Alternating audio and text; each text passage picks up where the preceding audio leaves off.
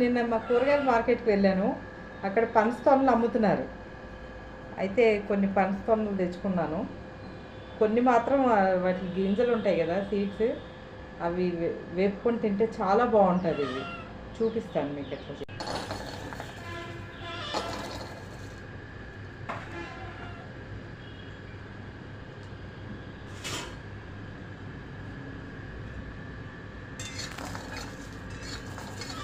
వీటిని సిమ్లో పెట్టుకొని వేసుకొని చక్కగా బ్రౌన్గా అయిపోవాలి, ఇంకా బ్రౌన్ అవ్వాలి. సరే, ఇట్లాగా చక్కగా బ్రౌన్గా కొంచెం బ్లాకిష్గా వస్తాయి. మంచిగా ఇట్లా అయిపోయిన తర్వాత బాగా ఉడుకుతుంది లోపల. ఇలా ఉడికిన తర్వాత పని చేసుకొని ఆ తర్వాత కాసర్లో తీసుకున్న తర్వాత మీరు ఈ పొట్టు పైన పొట్టు వచ్చేస్తుంది, ఇట్లాగా సౌండ్ వస్తుంది చూసారా, ఈ పొట్టు వచ్చేస్తుంది. ఈ పొట్టు తీసుకొని తినాలి, పొట్టుతోటి తినకండి.